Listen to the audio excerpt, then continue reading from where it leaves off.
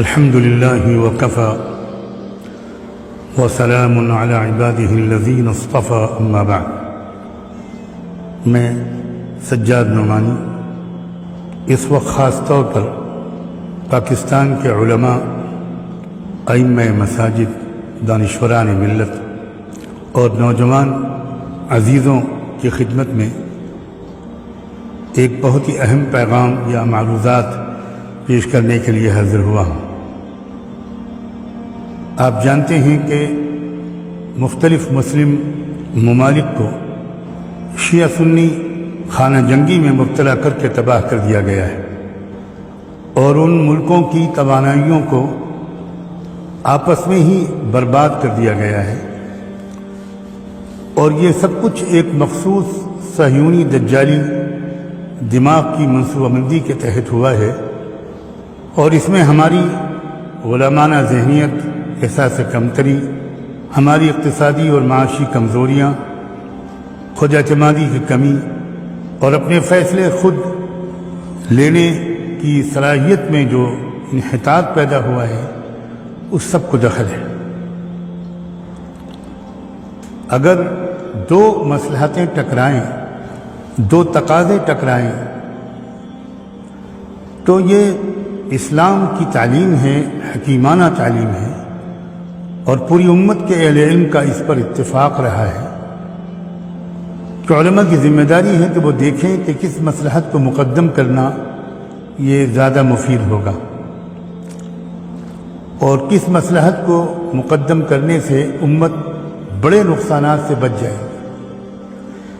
تو ایسی صورت میں اسی مصلحت کو مقدم کیا جاتا ہے۔ برابر اس بات کی اطلاعات مل رہی ہیں اور بہت فکر و تشویش کا باعث بن رہی ہیں کہ اب ان کوششوں کا، سازشوں کا نشانہ پاکستان ہے۔ جو پاکستان کی اہمیت ہے وہ مجھے نہیں لگتا کہ اس کے سلسلے میں آپ کے سامنے کسی وضاحت کی ضرورت ہے۔ یہ خبریں کہ پاکستان میں بھی اس وقت شیعہ سنی اختلافات کی آگ بھڑکا کر اور بدترین قسم کی خانہ جنگی میں مبتلا کر کے ایک بہت اہم کردار کی ادا کرنے سے پاکستان کو محروم کر دینے کی زبردست سازش ہو رہی ہے۔ میں بہت ہی پرخلوص گزارش کرنا چاہتا ہوں، بہت احترام کے ساتھ، بہت ادب کے ساتھ، اور آپ سب کے دینی جذبات اور حمیت و غیرت کی بہت قدر کے ساتھ، کہ خدا کے واسطے اس وقت ان مسلکی بنیادوں پر یا شیعہ سنی عنوان پر اختلاف کی آگ کو بھڑکنے مت دیجیے۔ یہ اس وقت کا ایجنڈا نہیں ہے، اور اب تو ہم دیکھ رہے ہیں کہ یہ احساس بھی دونوں طرف کے سمجھداروں میں بڑھ رہا ہے کہ ہمیں اپنی توانائیوں کو آپس میں ضائع نہیں کرنا چاہیے۔ اس لیے اللہ کے واسطے آپ سب سے گزارش ہے کہ ہلاکت کی اس وادی میں گرنے سے اپنے ملک اور قوم کو بچائیے۔ انشاءاللہ جب آپ کی ترجیحات درست ہوں گی اور آپ کی توجہ صحیح طرف ہوگی، تو انشاءاللہ آپ کے جذبات کی تسکین بھی ہوگی، اور پھر وہ وقت بھی قریب آئے گا جب ہم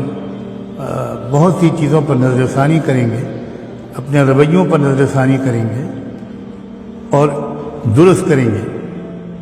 بس میں تو اس وقت اس مختصر سی گفتگو پر اکتفا کرتا ہوں، اور آپ کی خدمت میں یہ اطلاع بھی دیتا ہوں کہ اکتوبر کے الفرقان کے اداریے میں بہت تفصیل کے ساتھ میں نے اسی صورتحال پر روشنی ڈالنے کی کوشش کی ہے،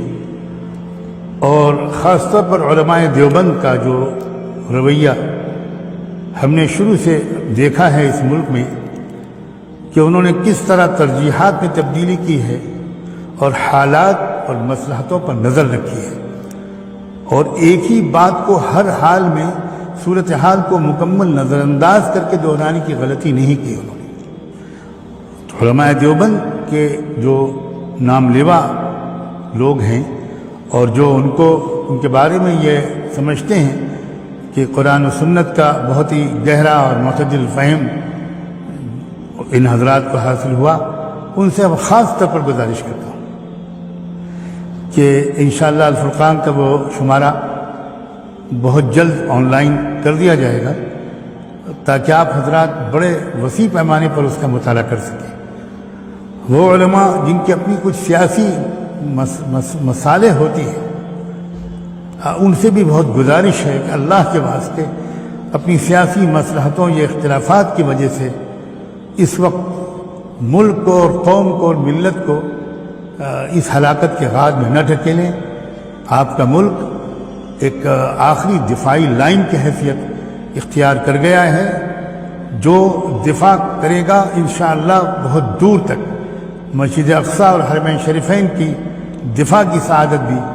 وقت آنے پر انشاءاللہ امید ہے کہ آپ ہی کو ملے گی۔ اس لیے اس وقت دشمن کی